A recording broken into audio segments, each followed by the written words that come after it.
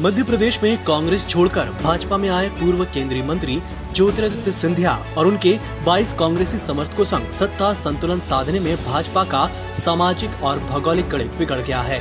स्थिति ये है कि विधानसभा की 24 सीटों पर होने वाले उपचुनाव को देखते हुए मंत्रिमंडल में चंबल और ग्वालियर का तो पलड़ा भारी हो गया है, लेकिन 2018 में भाजपा को जीत दिलाने वाले विंध्य और महाकौशल क्षेत्र का नेतृत्व की दृष्टि से लगभग सफाया हो गया है।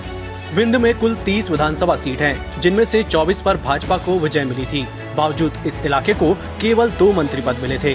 असंतुलन से भाजपा को एक तरफा जीत दिलाने वाले विंध्य क्षेत्र के विधायक नाराज हैं। 30 विधानसभा सीटों वाले इलाके में ज्यादातर विधायक नाराज हैं। गिरीश गौतम, केदार शुक्ला, नागेंद्र सिंह नागौत सहित कई अन्य विधायक मंत्री पद के दावेदार थे। नागेंद्र सिंह और जुगल किशोर बागरी का तो राज्यसभा चुनाव में वोट निरस्त हो गया था, जिसे नाराजगी से जोड़कर देखा जा रहा था। अब दबी जुबान में कई विधायक कह रहे हैं कि कांग्रेस को जो नुकसान चंबल और ग्वालियर से झेलना पड़ा, भाजपा को वही नुकसान विंध्य से उठाना पड़ सकता है। इसी तरह पिछले विधानसभा चुनाव में महाकौशल की 38 सीटों में से 13 भाजपा के खाते में आई थी। इस क्षेत्र में केवल एक विधायक राम किशोर कांवरे को मंत्रिमंडल में जगह मिली है। संस्कारदानी कहे जाने वाले जबलपुर से कमलनाथ सरकार में 2 मंत्री थे। शिवराज सरकार में वहां से कोई प्रतिनिधित्व नहीं है। इसी तरह रीवा और शहडोल संभाग से भी एक मंत्री ही बनाया गया है। वहीं भोपाल से 1 मंत्री और इंदौर से 1 मंत्री बनाए गए हैं। शिवराज सरकार में सबसे ज्यादा 12 मंत्री चंबल और ग्वालियर संभाग से हैं। वहीं सागर संभाग से 3 मंत्री बनाए गए हैं। जातीय समीकरण के हिसाब से भी देखें तो मुख्यमंत्री शिवराज सिंह चौहान के मंत्रिमंडल में सवर्णों के बीच संतुलन बनता नहीं दिख रहा है। मंत्रिमंडल में ठाकुर वर्ग के लगभग दर्जन भर मंत्री हो गए हैं, वहीं ब्राह्मण वर्ग से केवल 3 ही मंत्री बने हैं। शिवराज सरकार में अब कुल 9 क्षत्रिय मंत्री हैं, जबकि ब्राह्मणों में मात्र 3 को मौका मिला है।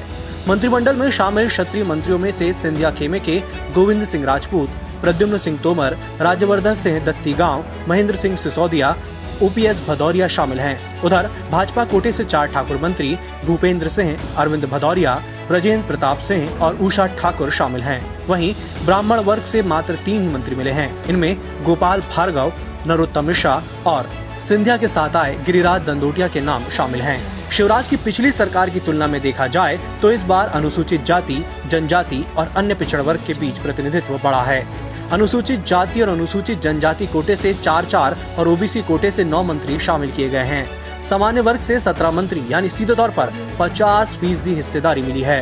अल्पसंख्यक वर्ग से भी देखा जाए तो OP सकलेचा और हरदीप सिंह डंग को नेतृत्व मिला है। बहुजन समाज पार्टी से आकर भाजपा से चुनाव लड़ने वाले राम खिलावन पटेल को भी मंत्री बनाया गया है। पटेल 2013 में भाजपा से चुनाव लड़े थे, लेकिन हार गए थे। उसके बाद वे हार्दिक पटेल के संपर्क में भी रहे। गिरिराज दंदोटिया बसपा से विधायक रह चुके हैं। वर्ष 2018 के चुनाव में उन्होंने कांग्रेस के टिकट पर जीत दर्ज की थी। इसके बाद इस्तीफा देकर अब भाजपा में आ गए हैं। मंत्रिमंडल विस्तार में भाजपा के ही कई दिग्गज नेताओं के समर्थक मंत्री नहीं बन पाए हैं। राष्ट्रीय महासचिव कैलाश विजयवर्गीय के खास माने जाने वाले रमेश मेंदोला को लेकर आखिरी दौर तक कयास लगाए जाते रहे, लेकिन परिणाम सिफर रहा। केंद्रीय मंत्री नरेंद्र सिंह तोमर के भी एकमात्र समर्थक भारत सिंह कुशवाहा की एंट्री जातिगत समीकरणों के चलते हुई। केंद्रीय मंत्री प्रहलाद पटेल और पूर्व मुख्यमंत्री उमा भारती के समर्थक लोधी जाति के विधायकों में से किसी को मौका नहीं मिला। केंद्रीय मंत्री थावरचंद गहलोत और फग्गन सिंह कुलस्ते की सिफारिश पर भी पार्टी ने गौर नहीं किया। मुख्यमंत्री शिवराज सिंह चौहान को भी इस विस्तार में सर्वाधिक नुकसान झेलना पड़ा है। उनके मात्र 4 समर्थक ही मंत्री बन पाए हैं। वहीं भाजपा संगठन और यूं कहें प्रदेश अध्यक्ष विष्णु दत्त शर्मा और संगठन महामंत्री सुहास भगत की जोड़ी कैबिनेट में अपने समर्थकों का वर्चस्व बनाने में कामयाब रही। Bureau report, EMS TV, Bhopal.